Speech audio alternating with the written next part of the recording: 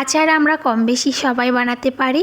আর আমি জানি আমার পেজে আমার যে প্রিয় আপুরা আছে, আমার থেকে আপুরা রান্নাবান্নায় খুব বেশি এক্সপার্ট। তারপরেও আমি কিভাবে আচারটা বানাচ্ছি সেটাই আপনাদের সাথে শেয়ার করতেছি। হ্যালো এভরিওয়ান, আসসালামু আলাইকুম। কী অবস্থা সবার, কেমন আছেন সবাই? এই ভিডিওটা বেশ কিছুদিন আগের ছিল, প্রায় কিন্তু এখন জলপাইয়ের সিজন শেষ হয়ে যাচ্ছে। আর আমি এই আচারটা বেশ কিছুদিন আগে বানাইছিলাম, তো আপনাদের সাথে শেয়ার করতেছি। আমি এখানে প্রথমে জলপাইগুলো খুব ভালো মতো করে ধুয়ে লবণ আর হলুদ দিয়ে সিদ্ধ বসিয়ে দিয়েছি। আর এপাশে আমি একটা মশলা রেডি করে নিচ্ছি আচারের জন্য।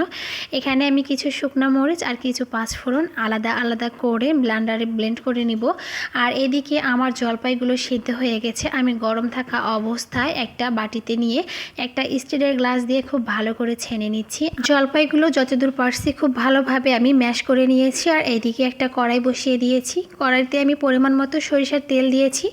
তেলটা গরম হয়ে আসলে এখানে কিছু আমি গোটা শুকনো মরিচ আর কিছু পাঁচফোড়ন দিয়ে হালকা ভেজে নিয়েছি। একটু ফ্লেভারের জন্য আমি এখানে দুটো এলাচও ব্যবহার করেছিলাম, সাদা এলাচটা। এরপর সবগুলো মশলা একটু ভালো করে গরম করে নিয়ে আমি এখানে ম্যাশ করা জলপাইটা দিয়ে এখানে স্বাদ মতো লবণ আর কিছুটা হলুদ দিচ্ছি কালারের জন্য। এরপর আমি এখানে লাল মরিচের গুঁড়া ব্যবহার করতেছি। এরপর আমি সবগুলো উপকরণ একটু তেলের সাথে ভালোভাবে ভেজে নিব। আর এই তো এখানে আমি শুকনো মরিচ গুঁড়া করে রেখেছিলাম, সেটাই দিয়ে দিচ্ছি। আর এই শুকনো মরিচটাতে কিন্তু ওই রকম ঝাল নেই, যার কারণে আমি একটু পরিমাণটা বেশি দিয়ে নিচ্ছি। আর এই আচারটা আমি একটু টক ঝাল মিষ্টি করে বানিয়ে নিব। সবগুলো মশলা ভালোভাবে নেড়েচেড়ে নেওয়ার পর এখানে আমি চিনি দিয়ে দিচ্ছি। আর চিনিটা দেওয়ার পর কিন্তু এখানে পানি বের হবে। এই পর্যায়ে খুব ভালোভাবে নাড়াচাড়া করে নিতে হবে। চুলার আঁচটা একটু মিডিয়ামে রেখে আমি ভালোভাবে নেড়েচেড়ে নিচ্ছি যাতে করে তলায় লেগে না যায়।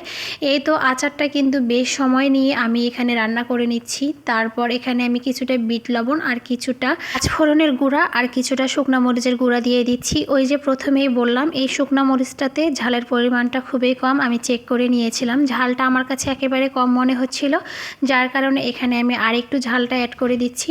এই পর্যায়ে কিন্তু আমার আচারটা প্রায় বানানো হয়ে গেছে। আমি কিন্তু অফ ক্যামেরায় বেশ সময় নিয়ে আচারটা বানিয়ে নিচ্ছি।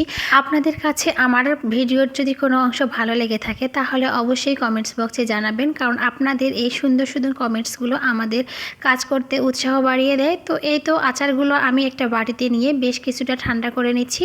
আর এই পর্যায়ে আচারটা এই অবস্থায় খাওয়া যাবে। আর আমি একটু ডেকোরেশন করে নিচ্ছি, একটু আমি হাতের মধ্যে তেল মাখিয়ে নিচ্ছি। আর এই তো বিচি ছাড়া আচারটাকে আমি প্রথমে হাতের সাহায্যে একটু ম্যাশ করে নিয়ে তারপর মাঝখানে একটা বিচি দিয়ে এই তো একটা কালো জামের মতো করে শেপ দিয়ে নিলাম।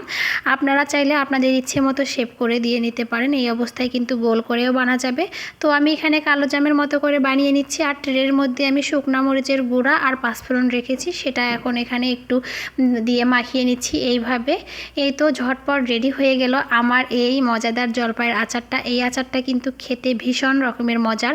আর এই আচারটা খিচুড়ির সাথে খেতেও কিন্তু বেশ ভালোই লাগে। কিছুটা জলপাই আমি এভাবে করে নিয়েছি আর কিছুটা জলপাই আমি ম্যাশ অবস্থায় রেখে দিয়েছি। এই তো ঝটপট রেডি হয়ে গেল। আজকে এই পর্যন্ত, সবাই ভালো থাকবেন। আসসালামু আলাইকুম।